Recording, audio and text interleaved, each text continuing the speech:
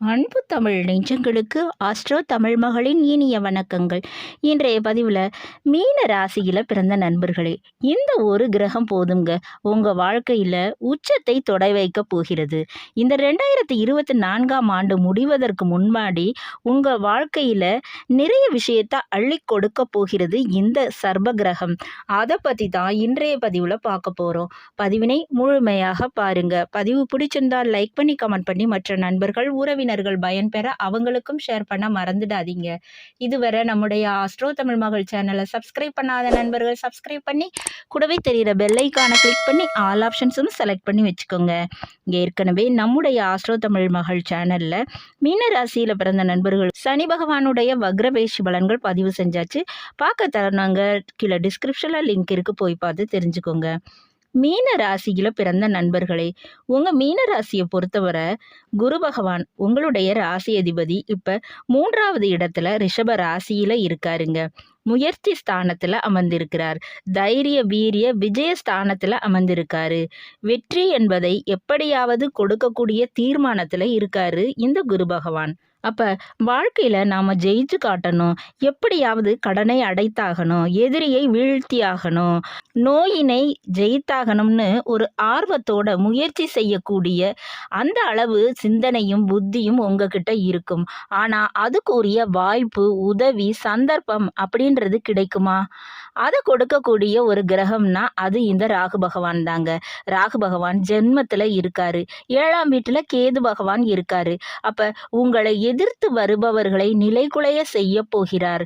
அதனால உங்களிடம் எதிரிகள் எல்லோரும் ஒடுங்கி விடுவார்கள். உங்கள் திறமைக்கு ஏற்ப வாய்ப்புகள் நிச்சயமாக கிடைக்குங்க. அந்த வாய்ப்புகள் அரசியல், சினிமா என அமைவதற்கு சான்சஸ் இருக்கு.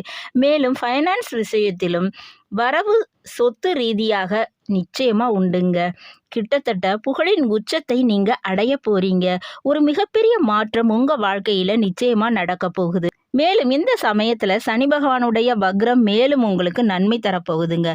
12ஆம் வீட்டில் இருக்கக்கூடிய இந்த சனி பகவான் நவம்பர் மாதம் 15ஆம் தேதி வர இதே வக்ர நிலையில தாங்க இருக்க போறாரு.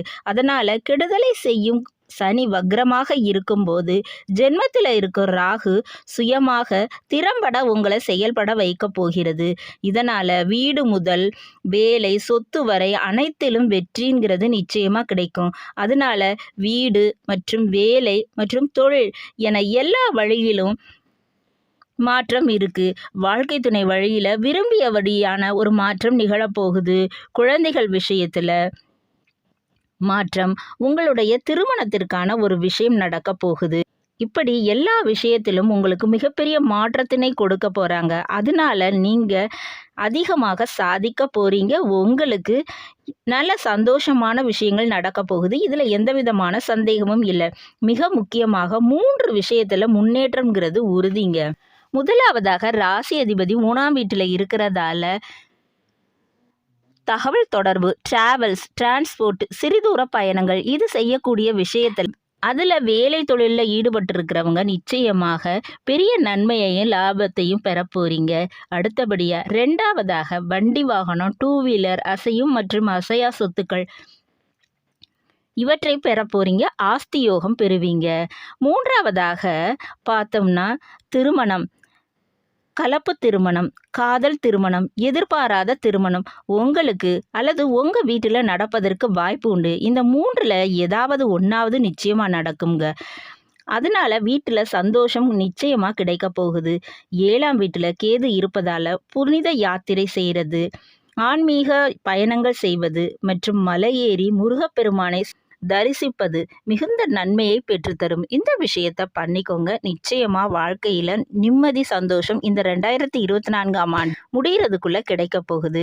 நல்லது நண்பர்களே, பதிவு உங்களுக்கு பிடிச்சிருக்கும் நினைக்கிறேன். பிடிச்சிருந்தா லைக் பண்ணி கமெண்ட் பண்ணி மற்ற நண்பர்கள் உறவினர்கள் பயன்பெற அவங்களுக்கும் ஷேர் பண்ண மறந்துடாதீங்க. இதுவரை நம்முடைய ஆஸ்ட்ரோ தமிழ் மகள் சேனலை சப்ஸ்கிரைப் பண்ணாத நண்பர்கள் சப்ஸ்கிரைப் பண்ணி கூடவே தெரிகிற பெல் ஐகானை கிளிக் பண்ணி ஆல் ஆப்ஷன்ஸும் செலக்ட் பண்ணி வச்சுக்கோங்க. மீண்டும் ஒரு நல்ல வாய்ப்பினில் உங்கள் அனைவரையும் சந்திக்கிறேன். அதுவரை ஆஸ்ட்ரோ தமிழ் மகளின் அன்பு கலந்த வணக்கங்கள். நன்றி.